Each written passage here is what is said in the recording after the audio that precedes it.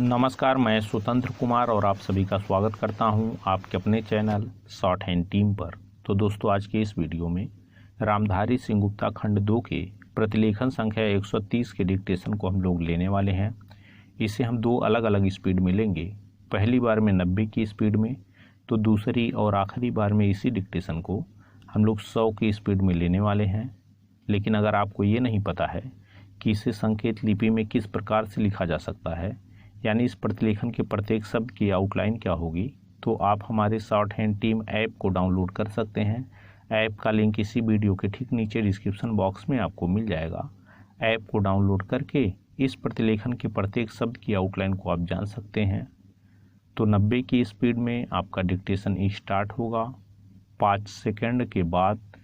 तब तक के लिए आप रेडी रहें।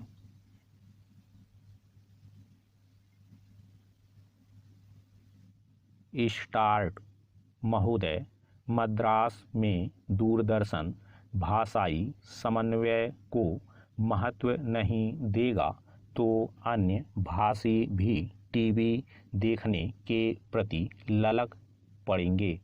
दिल्ली में भाषाई समन्वय को नहीं महत्व दिया जाएगा तो वहाँ के हिंदीतर भाषी स्टार टीवी के प्रति ललकेंगे। कश्मीर के लोगों को भाषाई समन्वय के कार्यक्रम नहीं मिलेंगे तो वे पाकिस्तानी दूरदर्शन देखेंगे, फिर वे अपनी संस्कृति से कटने लगेंगे। देश के अपने ही एक हिस्से के प्रति, अपने ही अन्य बंधु के प्रति उनमें संवेदन शून्यता भरने लगेगी और फिर लातूर जैसी घटना पर भी वे भाव शून्यता के शिकार होंगे और यह स्थिति राष्ट्रीय विखंडन की जमीन तो तैयार कर ही सकती है। भाषाई समन्वय के अभाव में पाकिस्तान की राष्ट्रीय एकता को खतरा पहुंचा और बांग्लादेश बना। अपने देश को ही लें। ऑपरेशन ब्लू स्टार के दौरान भाषाई समन्वय पर उतना ध्यान नहीं दिया गया, फलतः देश के अन्य हिस्सों में आम आदमी के मन का आक्रोश भड़का, जो राष्ट्रीय एकता के लिए घातक रहा। वहीं हजरत बल प्रकरण में हजरत बल को सेना द्वारा रौंद दिए जाने के विदेशी समाचारों के प्रभाव को भाषाई समन्वय के सिद्धांत पर ही हम पूरी तरह रोक पाने में सक्षम रहें। इस प्रकार भाषाई समन्वय के आधार पर उभरी राष्ट्रीय भावना हमारी राष्ट्रीय एकता के लिए सार्थक सिद्ध होगी। किंतु यह भाषाई समन्वय किसी अन्य भाषा के मूल्य पर या उसे किनारे रखकर कुछ भाषा विशेष के लोगों को कारण विशेष से खुश करने की धारणा से नहीं की जानी चाहिए। अन्यथा भाषा के क्षेत्र में भी तुष्टीकरण की नीति को बढ़ावा मिलेगा और फिर ऐसा तुष्टीकरण राष्ट्रीय एकता के विरुद्ध ही चला जाएगा। इसी प्रकार किसी भाषा विशेष के शब्दों को सांप्रदायिक समझने के दृष्टिकोण को पनपने से रोकने का प्रयास आवश्यक है। शब्दों को सांप्रदायिक बनाने अथवा उन्हें किसी भाषा विशेष के प्रतिनिधि मात्र समझने की धारणा को भी बदलना होगा। एक भाषा में से अन्य भाषा के घुल मिल गए लोकप्रिय शब्दों को चुन चुनकर निकाल फेंकने और उसकी जगह जबरदस्ती गढ़े गए शब्दों को बिठाने की मानसिकता पर अंकुश लगाना होगा। शब्दों को भाषा विशेष में उनकी लोकप्रियता और उस भाषा के प्रवाह में उनकी उपादेयता पर अधिक जोर देना चाहिए।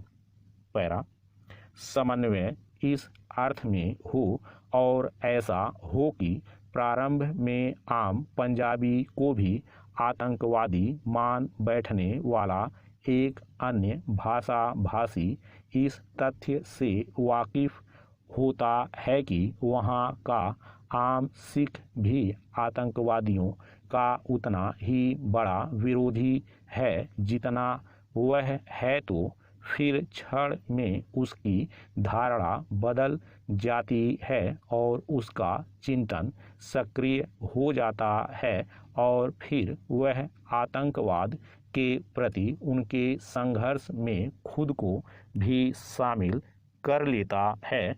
और जब यह तथ्य उसे अपनी भाषा के माध्यम से मालूम हो जाए तो उसका मनोबल और भी ऊंचा हो जाता है और वह राष्ट्र की अखंडता के लिए और भी सख्ती से जूझने लगता है।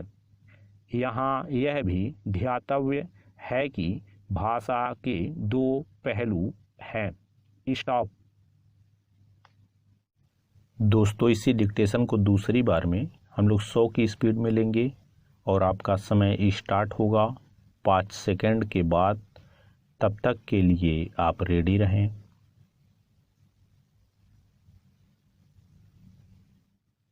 स्टार्ट। महोदय, मद्रास में दूरदर्शन भाषाई समन्वय को महत्व नहीं देगा तो अन्य भाषी भी टीवी देखने के प्रति ललक पड़ेंगे।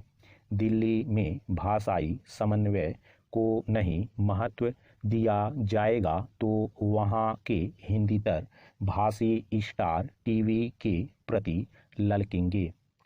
कश्मीर के लोगों को भाषाई समन्वय के कार्यक्रम नहीं मिलेंगे तो वे पाकिस्तानी दूरदर्शन देखेंगे, फिर वे अपनी संस्कृति से कटने लगेंगे। देश के अपने ही एक हिस्से के प्रति, अपने ही अन्य बंधु के प्रति उनमें संवेदन शून्यता बढ़ने लगेगी और फिर लातूर जैसी घटना पर भी वे भाव शून्यता के शिकार होंगे और यह स्थिति राष्ट्रीय विखंडन की जमीन तो तैयार कर ही सकती है। भाषाई समन्वय के अभाव में पाकिस्तान की राष्ट्रीय एकता को खतरा पहुंचा और बांग्लादेश बना। अपने देश को ही लें, ऑपरेशन ब्लू स्टार के दौरान भाषाई समन्वय पर उतना ध्यान नहीं दिया गया, फलतः देश के अन्य हिस्सों में आम आदमी के मन का आक्रोश भड़का जो राष्ट्रीय एकता के लिए घातक रहा। वहीं हजरत बल प्रकरण में हजरत बल को सेना द्वारा रौंद दिए जाने के विदेशी समाचारों के प्रभाव को भाषाई समन्वय के सिद्धांत पर ही हम पूरी तरह रोक पाने में सक्षम रहें। इस प्रकार भाषाई समन्वय के आधार पर उभरी राष्ट्रीय भावना हमारी राष्ट्रीय एकता के लिए सार्थक सिद्ध होगी। किंतु यह भाषाई समन्वय किसी अन्य भाषा के मूल्य पर या उसे किनारे रखकर कुछ भाषा विशेष के लोगों को कारण विशेष से खुश करने की धारणा से नहीं की जानी चाहिए। अन्यथा भाषा के क्षेत्र में तुष्टीकरण की नीति को बढ़ावा मिलेगा और फिर ऐसा तुष्टीकरण राष्ट्रीय एकता के विरुद्ध ही चला जाएगा। इसी प्रकार किसी भाषा विशेष के शब्दों को सांप्रदायिक समझने के दृष्टिकोण को पनपने से रोकने का प्रयास आवश्यक है। शब्दों को सांप्रदायिक बनाने अथवा उन्हें किसी भाषा विशेष के प्रतिनिधि मात्र समझने की धारणा को भी बदलना होगा।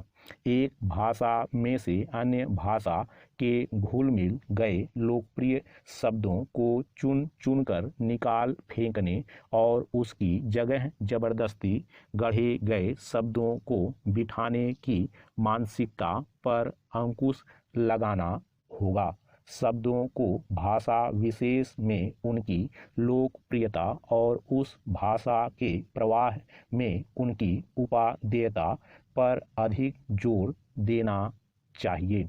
पैरा समन्वय इस अर्थ में हो और ऐसा हो कि प्रारंभ में आम पंजाबी को भी आतंकवादी मान बैठने वाला एक अन्य भाषा भाषी इस तथ्य से वाकिफ होता है कि वहाँ का आम सिख भी आतंकवादियों का उतना ही बड़ा विरोधी है जितना वह है, तो फिर क्षण में उसकी धारणा बदल जाती है और उसका चिंतन सक्रिय हो जाता है और फिर वह आतंकवाद के प्रति उनके संघर्ष में खुद को भी शामिल कर लेता है। और जब यह तथ्य उसे अपनी भाषा के माध्यम से मालूम हो जाए तो उसका मनोबल और भी ऊंचा हो जाता है और वह राष्ट्र की अखंडता के लिए और भी सख्ती से जूझने